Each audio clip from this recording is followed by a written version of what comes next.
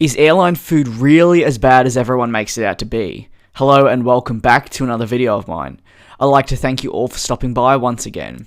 In today's video, I will discuss one of those questions that isn't necessarily spoken about, but is certainly in the heads of most travelers. That being, is the food airlines produce as bad as it seems? Today I'll talk over the pros and cons of airline food and ultimately form an opinion, either agreeing it's bad or it's good, or maybe it's just okay. While I've only flown economy, I know for a lot of people this is where they will usually fly and not really experience business, premium economy and first class, so unfortunately I can't really give light onto what the food is like there. So in this video I'll be essentially analysing the different meals I've consumed either on long haul flights or short haul flights. I'll cover kind of the taste, texture, and compare it to a normal meal you may have in your own home. I wanted to begin with a look at long haul flights and the food that is usually served. So obviously if anyone is embarking on a long haul flight, food is a must. Even though you could survive without it, humans have that sense that if it's going to be a long trip, food is needed. I'll begin with my experience with Qantas. As this was a long haul flight, Melbourne to London and then back, meals were served throughout.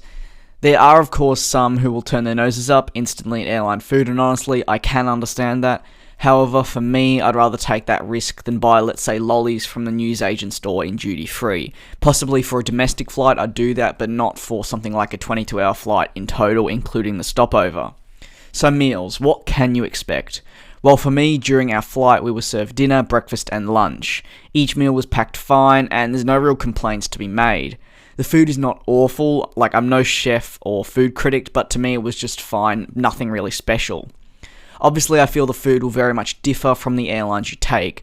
For example, airlines like American, Air New Zealand, Air France, British Airways, Qantas and Air Canada on international routes are likely to share similar characteristics when it comes to menu, as the foods we normally eat are quite similar.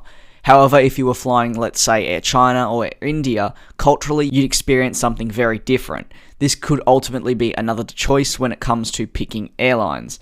Now, the way the meals are packaged, to me, really vary in terms of long haul and domestic. For example, the way they were packed during the long haul flight was far better than domestic. All foods for domestic flights, at least in Australia with Qantas, were packed in cardboard boxes, which to me ultimately changed the taste of it, whereas my flights with Qantas long haul were packed in nice little plastic boxes with a lid, so that the smell of the food and taste of the food actually stayed. It didn't get taken over by its packaging, if that makes sense. So airline food has and is today heavily criticised for not tasting right. I've only ever had 2 meals that have really made me unwell, probably out of 20. Some positives that come from airline food is it's food. It really is as simple as that. For long haul journeys, it's the thing that keeps you going and can greatly help you if you are needing to just travel that extra 45 minutes to your hotel after an 18-hour journey. The meals, for the most part, if required to be heated up, like let's say butter chicken, seem to taste of the box, as we just mentioned earlier, which is obviously unpleasant, but there isn't really anything you can do. These days, airlines sometimes have snack bars at the rear of the cabin. This is seen in the Qantas A380. If you didn't know what a snack bar is, it's essentially a self-serve food zone where you can grab bottles of water, cans of Coke, snack bars, crackers, and chocolate.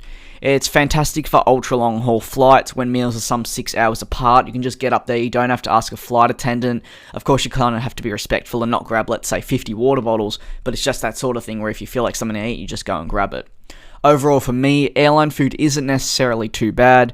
While it isn't a meal I'd eat again at home, it certainly could be far worse. Another key factor behind my choice is the airlines I fly with usually prepare foods that culturally I'm more accustomed to, if that makes sense.